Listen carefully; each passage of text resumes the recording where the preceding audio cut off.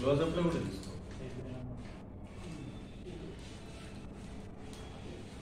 అంటే పాస్ పెట్టి పాస్ చేసి ఓకే రైట్ మన కంటిన్యూ కావాలి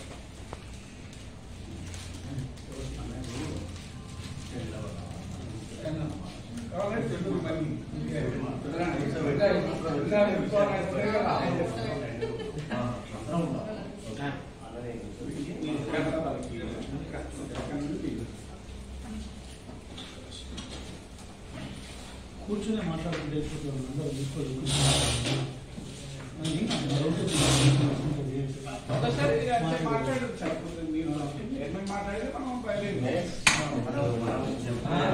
చెప్పేది కూడా కూర్చొని బాగుంటుంది కట్టసి ఉంటుంది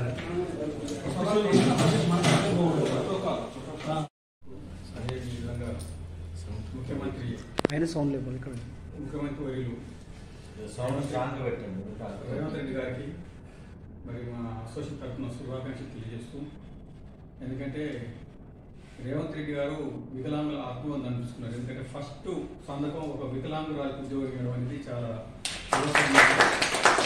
అదే పరంపరలో చరిత్రలో ఎన్నడూ లేనట్టుగా వితిన్ 100 days లోపలనే ఒక వికాసైన వికలాంగుల కార్యకర్తని, వికలాంగుల కోసం 24 గంటలు తప్పించే ఒక మృదు స్వభావి, మరి మంచి మ్యాథమెటిషియన్, ఉన్నత చదువు కలిగిన, అంటే మంచి క్వాలిఫికేషన్ కలిగిన, ఒక రకం చెప్పాలంటే వికలాంగుల రామానుజం మ్యాథమెటిషియన్, అలాంటి ఒక గొప్ప వ్యక్తిని మరి సీఎం రేవంత్ రెడ్డి గారు సహృదయంతో చైర్మన్గా నియమించడం అనేది చాలా శుభపరిణామం. మరి ఈ సందర్భంగా కూడా వారికి ప్రత్యేకంగా ధన్యవాదాలు తెలియజేస్తున్నాం.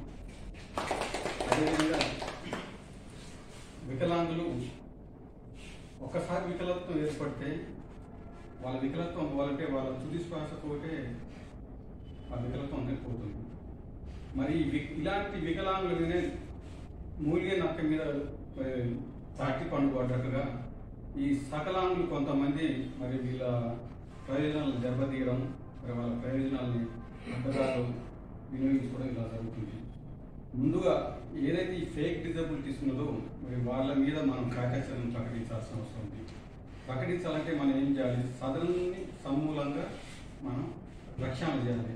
ఇప్పుడు సదనంలో ఎలా ఉందంటే ఓన్లీ డాక్టర్ టిక్లు పెడుతున్నాడు, తర్వాత అక్కడ ఉన్న కంప్యూటర్ ఆపరేటర్ కలిసి అతనికి 2 టిక్లు పెట్టేసి ఏం లేని మనకి 60 వస్తుంది. నిజమైన డిజబుల్డ్, నేను డిజబుల్డ్ దాన్ని కూడా 40% కూడా రావట్లా. మరి ఇది ఇంకా లాస్ట్ టైం మేము అప్పుడున్న సెక్రటరీ గారికి చెప్తే ఇవన్నీ పెట్టండి, దాన్ని మీ సేవలో పెట్టండి అని చెప్తే మీ సేవ ఓకే చేసారు, కానీ ఇది అసలైంది చేయకూడదు. మరి వాళ్ళ మీద ఉన్న వచ్చి ఏంటో తెలియదు. కాబట్టి ఖచ్చితంగా నిజమైన డిజబుల్డ్ వాళ్ళకు న్యాయం జరగాలంటే సదనాన్ని పటిష్టం చేయాల్సిన అవసరం ఎంతైనా ఉంది. అదేవిధంగా మరి ఎంప్లాయీస్కి విషయం వచ్చేసి 95 యాక్ట్ కానీ 2016 యాక్ట్ కానీ అంతకుముందు మనకు 68 నుంచి ఉన్న రిజర్వేషన్ కానీ 40% ఇది మోర్ దెన్ ఎనఫ్. అన్నిట్లకు ఎలిజిబిలిటీ. పోయిన సమైక్య ఆంధ్రప్రదేశ్లో కాంగ్రెస్ గవర్నమెంట్ ఒక జీవో తీసింది 40% ఉంటే అన్నిటికీ ఎలిజిబుల్ అని చెప్పేసి. కానీ విచిత్రం ఏంటంటే 70% చేశారు దాని ట్రాన్స్ఫర్స్లో. అది చాలా శోచనీయం. ఎందుకంటే 69% ఉన్నవాడు డిజబుల్ కాదా? ఖచ్చితంగా డిజబుల్డే. కాబట్టి మేమేం చెప్తున్నామంటే ప్రయారిటీ బేసిస్, ఎక్కువ పర్సెంటేజ్ ఉన్న వాళ్ళు ఫస్ట్ ప్రయారిటీ చేయండి, order of priority up to 40% చేయమని చెప్పేసి మేము ఎన్నోసార్లు గత ప్రభుత్వానికి కూడా మేము విన్నవించడం జరిగింది. కానీ తెలంగాణ గవర్నమెంట్ గవర్నర్ ముఖ్యమంత్రి రేవంత్ రెడ్డి గారి మానవతా దృక్పథంతో మా మిత్రులు, సేవాభిలాషులు, మా అభిమానం ఉన్నటువంటి గవర్నర్ ముత్తినేని వీరవర్మ గారిని చైర్మన్గా నియామకం చేసినందుకు ఫస్ట్ వారికి మా అసోసియేషన్ తరఫున ఆర్థిక శుభాకాంక్షలు తెలియజేస్తున్నాం. ఈ అవకాశం మా కమ్యూనిటీ వర్గానికి ఇచ్చినటువంటి ఈ అవకాశాన్ని ఇచ్చినందుకు ప్రభుత్వానికి గౌరవనీయులు ముఖ్యమంత్రి గారికి కూడా ప్రత్యేకంగా మేము ధన్యవాదాలు మా అసోసియేషన్ తెలియజేస్తున్నాం. అదేవిధంగా ఈరోజు మాకు చైర్మన్గా ఉన్నటువంటి నియామకమైనటువంటి వీరవర్మ సారు నిజంగా మేము చాలా గర్వపడుతున్నాం. ఎందుకంటే మాతోటి వికలాంగులు ఈ స్థాయికి రావడం, మా సాధక బాధకాలన్నీ కూడా వారికి పూర్తిగా అవగాహన ఉండి ఉన్నది కాబట్టి అలాంటి వారికి ఇలాంటి స్థాయిని ఇవ్వడాన్ని మేము నిజంగా ముఖ్యమంత్రి గారికి మా అసోసియేషన్ తరఫున ప్రత్యేకంగా ధన్యవాదాలు తెలియజేస్తున్నాం. ఈ సందర్భంగా మన చైర్మన్ ద్వారా ప్రభుత్వానికి కొన్ని విషయాలు వీలైతే తీసుకెళ్లి పరిష్కరించడానికి మేము మా అసోసియేషన్ తరఫున కొన్ని ప్రతిపాదనలు చేస్తున్నాం. అందులో ముఖ్యంగా ప్రభుత్వం ఈ మధ్యకాలంలో ప్రతిష్టాత్మకంగా చేపట్టినటువంటి బదిలీలలో 40% సీలింగ్ పెట్టడం జరిగింది. 40% ఉన్న ఉద్యోగులు 40% ఉద్యోగులనే బదిలీలకు అనుమతించడం జరుగుతుంది. అందులో మాకు 40% డిజబిలిటీ ఉన్నటువంటి ప్రతి ఉద్యోగిని కూడా అవకాశం కల్పించాలని, వాళ్ళకి ప్రత్యేకంగా ప్రాధాన్యత ఇవ్వాలని ఇది ఒక అంశంగా. అదేవిధంగా ఈ బదిలీలలో 70 అబవ్ ఉన్నటువంటి డిజబిలిటీ ఎంప్లాయీస్కు 3వ ప్రాధాన్యత ఇవ్వడం జరిగింది. అలా కాకుండా ఫస్ట్ ప్రాధాన్యతగా పెడితే బాగుంటుందని, ఎలా అయితే teacher director of school education ఆధ్వర్యంలో జరిగినటువంటి దాంట్లో preparation category A category A విధంగా ఇచ్చారో ఇందులో కూడా ఏ కేటగిరీ కింద 70% ఉన్నటువంటి దివ్యాంగ ఉద్యోగులు పరిగణలోకి తీసుకుంటే బాగుంటుంది అని అది తెలియజేస్తూ, తర్వాత 40 నుంచి ఇప్పుడు 1995 యాక్ట్, ఆర్పిడబ్ల్యూడి యాక్ట్ 2016 ప్రకారం బెంచ్ మార్క్ 40% ఉంది.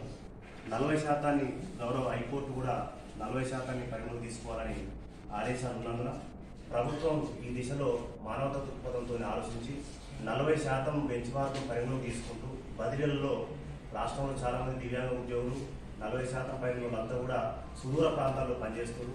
వాళ్ళకు కూడా అవకాశం కల్పించాలని నేను ఈ సందర్భంగా తెలియజేస్తూ, 317 ద్వారా కూడా మా దివ్యాంగ ఉద్యోగులు చాలా వేరువేరు ప్రాంతాల్లో కుటుంబాన్ని వదిలిపెట్టి ఎక్కడెక్కడో పనిచేస్తుంది.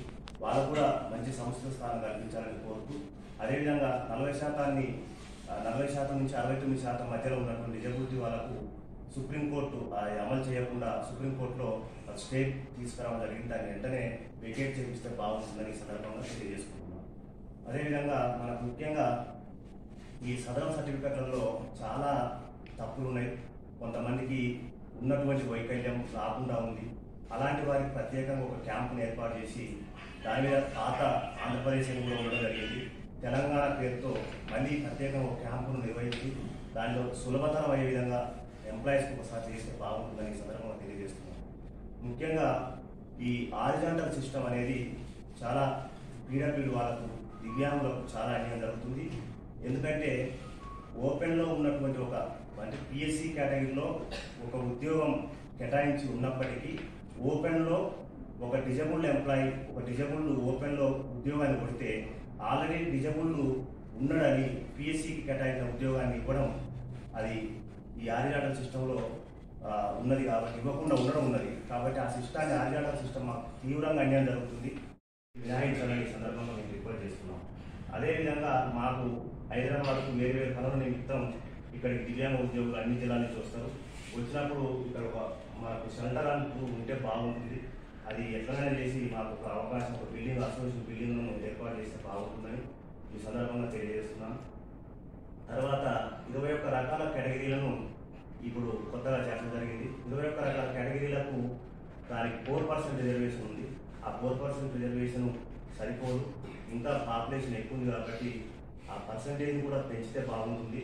ఇది కూడా కేంద్ర ప్రభుత్వం దృష్టికి గౌరవ ముఖ్యమంత్రి గారు ద్వారా తీసుకువెళ్ళడానికి గౌరవ చైర్మన్ గారిని కోరుతున్నాను. ఈ సందర్భంగా ఇంకా చెప్పాలంటే దివ్యాంగ ఉద్యోగులు రకరకాల సమస్యలు ఎదుర్కొంటున్నారు. ఎంతోమంది చదవాలన్న స్కిల్స్ ఉన్నాయి. వాళ్ళు పై స్థాయిలలో చదువుకోవడానికి ఎట్లయితే ఎస్సీ ఎస్టీలకు అవకాశం ఉందో ఈ డిజబుల్ ఎంప్లాయీస్ కూడా హైయర్ స్టడీ చదవడానికి ఓడీ సౌకర్యం కల్పిస్తే అది కూడా ఒకటి బాగుంటుంది. తర్వాత పిఆర్సీలో మేము మన కమిటీ కూడా ఇవ్వడం జరిగింది. అందులో గత పిఆర్సీలో కూడా ఎలిజిబుల్ వారికి అదనంగా 8 CRs రికమెండ్ చేయడం జరిగింది. ఇప్పుడు కూడా మేము 10 CRs కనీసం కావాలని అడిగినాం. తర్వాత అలవెన్స్ కూడా మనకు బయట నిరుద్యోగులకు 6,000 రూపాయలు ఇవ్వాలని కాంగ్రెస్ గవర్నమెంట్ చెప్పడం జరిగింది. కాబట్టి అలవెన్స్ కూడా మేము 9,000 అడగడం జరిగింది. ఆ పిఆర్సీ కమిటీకి చెప్పడం జరిగింది.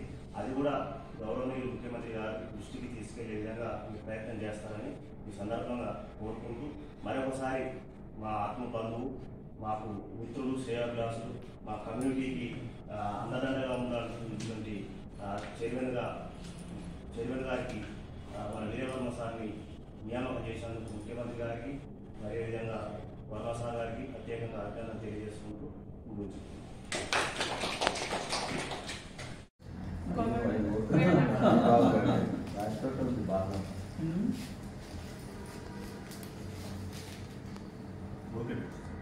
ఓకే మనం అంతా స్టేట్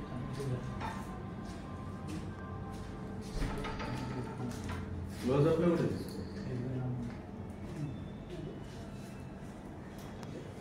అదంటే పాస్ చేసి